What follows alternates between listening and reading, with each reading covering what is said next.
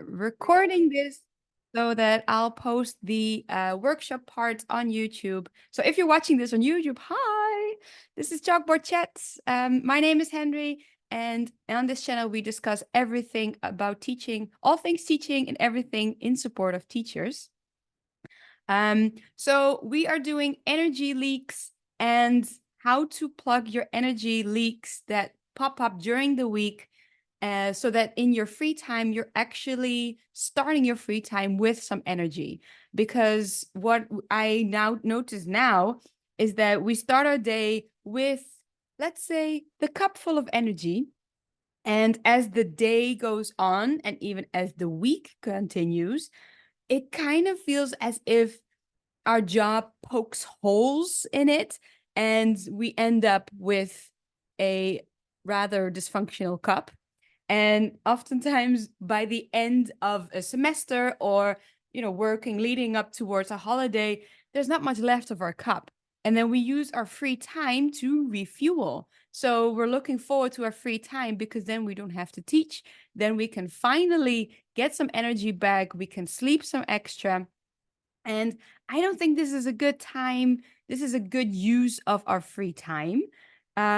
So what I try to do, and what I help my clients do, is try to retain the energy that we have throughout the week, so that by the time it is time for our free time, we actually have some energy to enjoy it, that we're actually looking forward to meeting up with friends, having dinner with family, going on trips, and that we're not completely out of energy, that we're not completely groggy or depleted, and that we're not able to do anything. So what are the energy leaks? Let's start with what are energy leaks. I like to imagine going to work, and from, as just a human being, I have a certain amount of energy. And as things happen, as situations unfold, as I am stepping into classrooms, I'm meeting with students, meeting up with parents, I have conversations with management, slowly there are small little fractures in the cup. And it can be tiny, tiny little things like broken printers. I work now at a center, and we have 2 printers and 1 copy machine. And one of the printers has a tendency to over ink, to print in such a way that there is too much ink on the page. The other printer doesn't have enough ink. And then the copy machine can only print about 10 pages before it jams. And misbehaving students can be one of those leaks, where you walk into the classroom, and as soon as you just open your mouth, there are students who are interrupting you. They are not following the rules. They are very disrespectful to each other, to the teacher. And all of these, situations, what we get are negative emotions, and that we keep, that stay with us, that over time linger and then start to fester. And it's very important to remember that it is the negative emotions that are so draining, because all the positive emotions, that just adds a little bit to our energy storage. So the negative emotions that we encounter throughout the day are actually the little breaks and holes that we get into our cups. What else? Unsupportive management.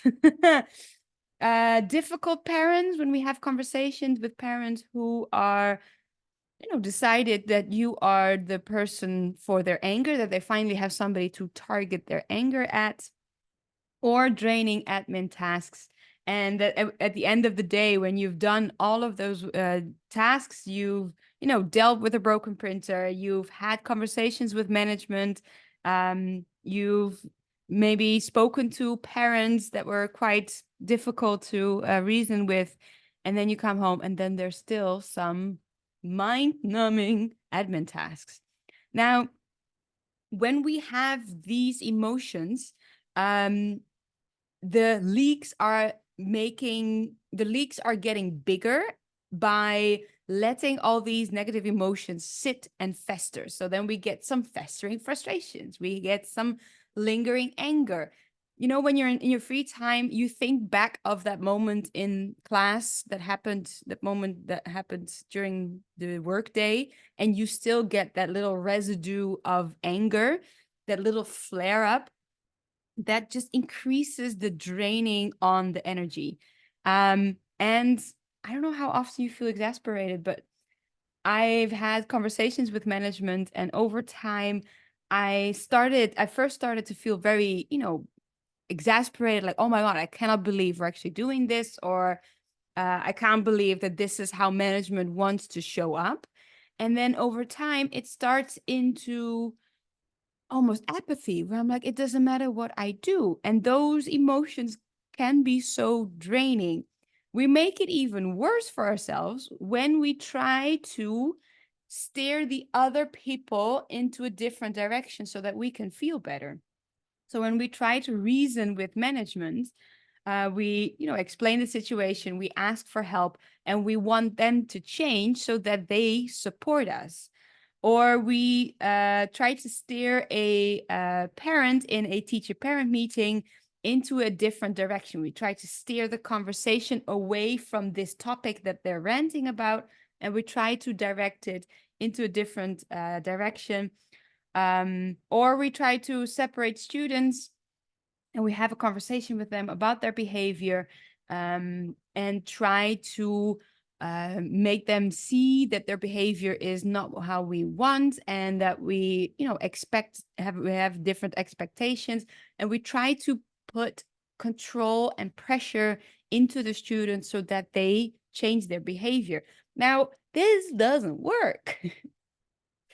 I've tried. I've tried to change management, and it didn't work. I've tried to steer conversations with parents away from this rant. It was a 20-minute rant, and I've tried so often during that conversation. Well, it was more of a monologue to, redirect their attention, to keep, I kept bringing up the student and what was important for the student and their performance.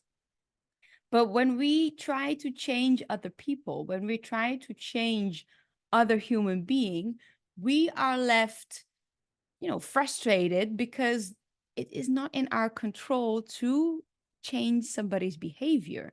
We can make requests, we can ask, we can, politely inquire, like, hey, these are my needs. Could you please meet them?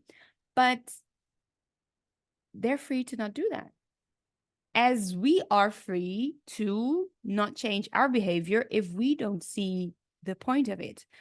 And what we do essentially is wanting other people to change, wanting, for example, management to be supportive so that we can feel better, so that we see, I am supported, now I feel better. But it doesn't work. It's the long way around. And management, in my experience, doesn't necessarily change. Same with students, same with parents. We don't need the outside world. We don't need the outside world to change in order for us to feel better. It's kind of selfish where I'm like, hey, listen, I'm unhappy because of you. How about you change so that I'm happy? Please? Now, it's the bad news that we can't do this, but it's also good news that we don't have to do this. We don't have to wait for other people to change in order to feel better. Now, here's what I mean. Other people don't have the power to influence how we feel. Other people cannot make you feel anything. I cannot make you feel happy. I can't give you a little bit of happiness. I cannot transport it. If I have too much, I would love to share it, but I can't. Same as the opposite. I cannot make you sad. I can say words, but it doesn't directly affect you if you don't let it. So we hear thoughts, no, we sorry, we hear words, other people say words, other people do actions, and based on those actions, based on those words, we make a snap judgment. We get a sentence in our mind. We have a thought that makes us feel a certain way. And it's very important to cultivate this awareness over time, because this is how the world works, and you can apply this principle to many other things. And I'll give you a couple of examples. For example, I'm teaching and a student stands up and decides to take a couple of steps into the middle of the classroom. Now, I can have the thought, one, this student doesn't understand the rules. That's one thought. Or I can have another thought, this student doesn't respect my rules. If I think this student doesn't understand the rules, now I'm an English teacher, and when I write the rules on the board, this student may be new, may not really understand what it means. I get a very different feeling from the thought, this student doesn't understand, versus this student doesn't respect the rules. When I think that a student doesn't understand the rules, I feel a bit like empathy and also curiosity, like, what did I do to help the student understand the rules? Can I maybe explain it in a different way? Can I model it for the student? Is it really difficult? Can I reword it? Can I ask for translation? And I feel so much calm, but also a curiosity, a bit of like determination. Let me find a way to help the student understand. Versus this student doesn't respect my rules. When I think the student doesn't respect my rules, I get this sense of like frustration. Like, you don't respect it. Respect is so important. Why don't you respect it? How is this possible? And I feel it bubbling up in me where I'm like, there's like anger rising. And it's the same situation, but it can be two completely different experiences just based on that one sentence in your mind. I'll give you another example. I recently cut my hair. I cut my hair from like yay long to this. And it was like 5-10 minutes before class. And I stood in the lobby waiting for the students, to trickle in, to line up before we take them to the classroom. And I was standing next to my colleague and we were just chatting. And the students, they saw my hair. They literally pointed and laughed. Now, my colleague, she she looked at me, she looked at the students, and she made this like kind of like an empathetic sound, like, oh, as if she like didn't approve of the reaction of the students. It sounded a bit like, oh, they're making fun of you. That's so mean. She didn't say it, but the body language would be like, oh, almost a little bit defeated. And it was so interesting to see that she almost experienced this as like a painful reaction. But I was mildly amused because my thought literally was, I'm curious to see what they'll say. And the thought had me, kind of like, curious what they'll say. Turns out they didn't say anything.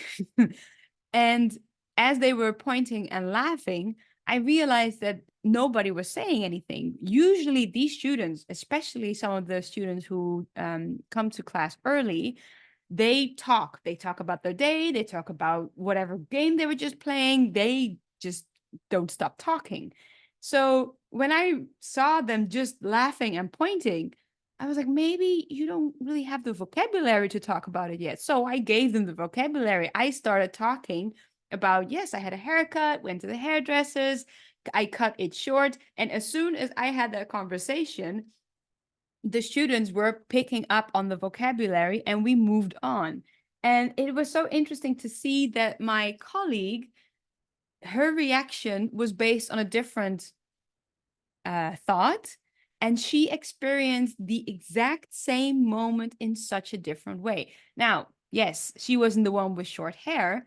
I was the one with short hair. But because I had a very different thought, I experienced the situation in a very different way.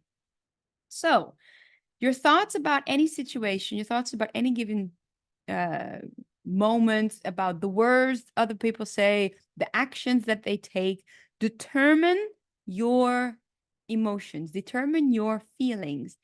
Therefore, your thoughts about the situation are causing us to leak energy.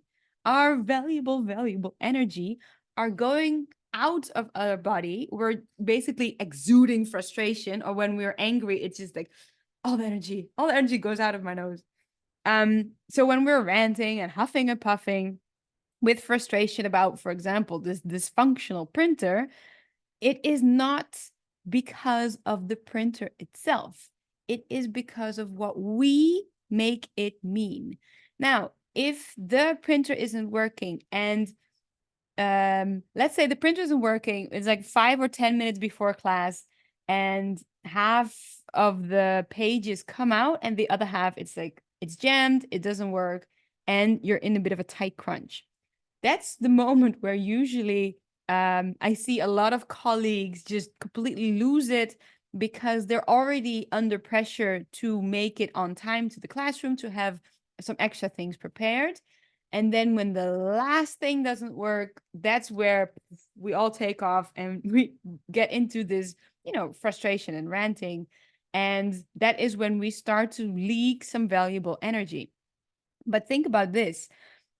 Some teachers who have a completely different mindset, who are, aware of the situation, who have this awareness about the leaking of their energy, they might have the thoughts, oh yeah, the printer rarely works. I guess it's teamwork instead of individual tasks. This person moves on and gets to keep their energy. This person sees the situation, decides to not have this leakage continue. They plug up the leak and then they get to keep that energy. So, how do we do this? How do we actually plug all the leaks? For this, you need only 2 steps. You can add a third one, but only 2 steps are necessary. First, awareness. Awareness of what is happening. Awareness of the situation as factual as it is. And that includes awareness of what is happening in your body.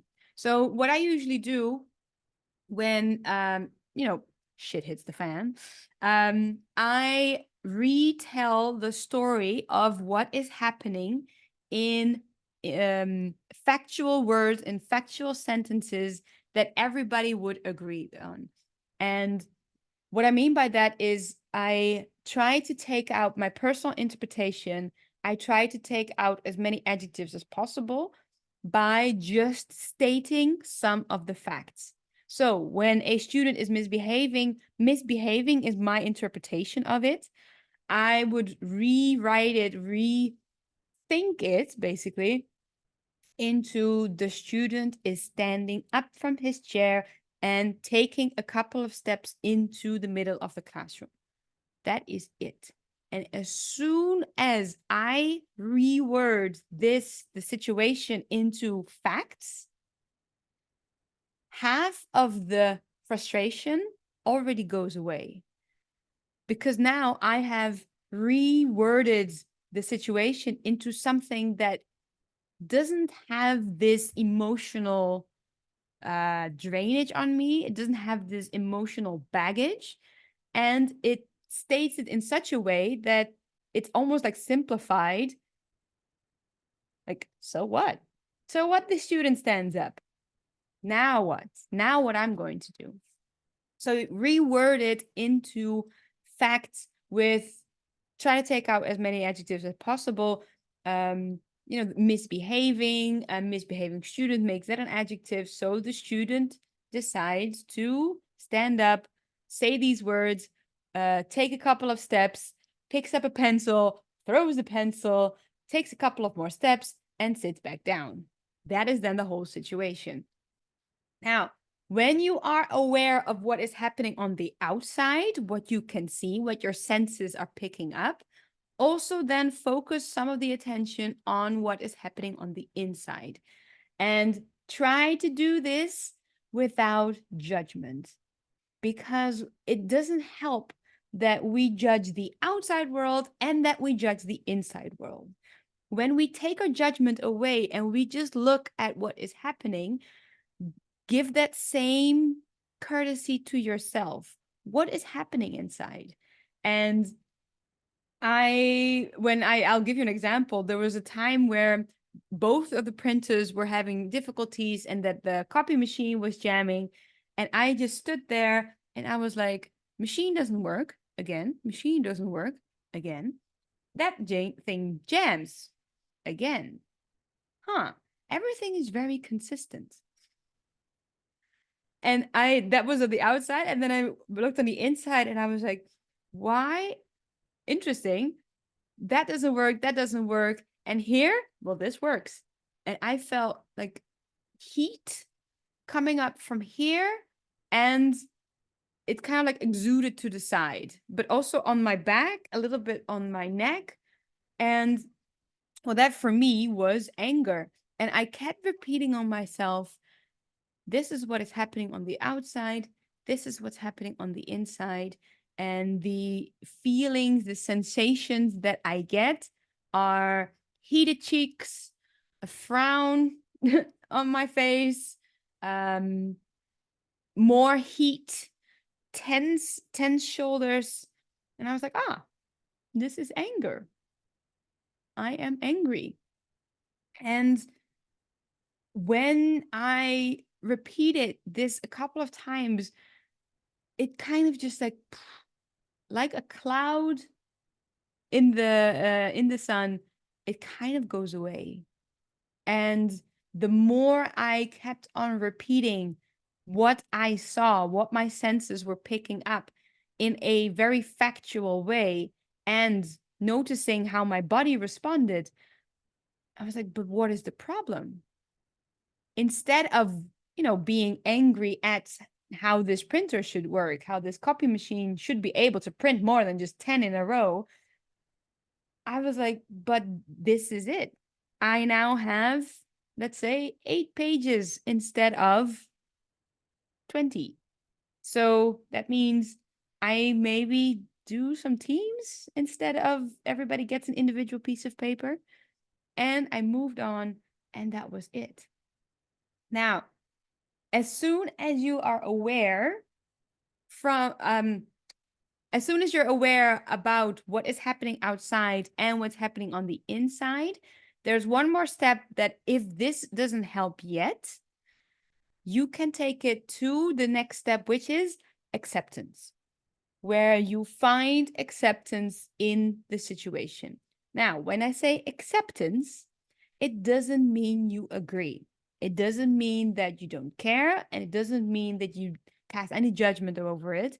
It just means that I was given this, and now I see it for what it is. I don't fight the gift. It's kind of like, yeah, you've given me a gift I don't want. I see. Accepted the gift, but doesn't mean that I have to be happy about it. Doesn't mean that I agree with it. I don't think that this is now all of a sudden okay.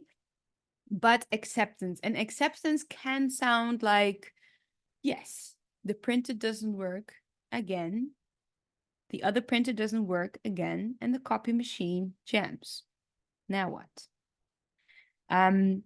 With students, I often look at the students, see their actions, hear their words, and then I tell myself, this makes sense to them because. This makes complete sense because from their experience or from their perspective or from their emotions, they decide to do this. We don't have to agree with it. We don't have to, approve of it. It is just okay, now I have these cards. The universe has thrown these cards into my face. Now that I have them, what can I do with them? What can I do about them? And these two steps is all that it takes to plug the leaks in your day as they show up in your cup. And what is so amazing about this is that over time, I get more love for all the humans because I see them for who they are, and I try not to change them anymore. I appreciate other humans so much more because I don't need to change them, because there is nothing in my power for me to change them. I don't want them to change, same as I don't want other people to try to change me. The more I do this, the easier it is for me as well to have self-love, because I see other humans and I don't cast that many judgments over them. That makes me into the habit of seeing my own actions, hearing my own words, and having less judgment over it. And I can't describe the difference. This is like an unexpected side product that I didn't really foresee for me, but I cannot express how big of a difference in my life this has made. So I can highly, highly recommend trying this out, because the more you're doing this, the easier it is to deal with unexpected situations. Like I said, with the printer, I remember years ago completely losing it because of the printer. And the reason why I got so angry was that this printer just always was broken. It was so broken so often. It was more broken than it was actually functioning. And as soon as I started to apply these steps, I was like, hold on, why am I angry at something that is consistently happening? It's like the printer is broken again.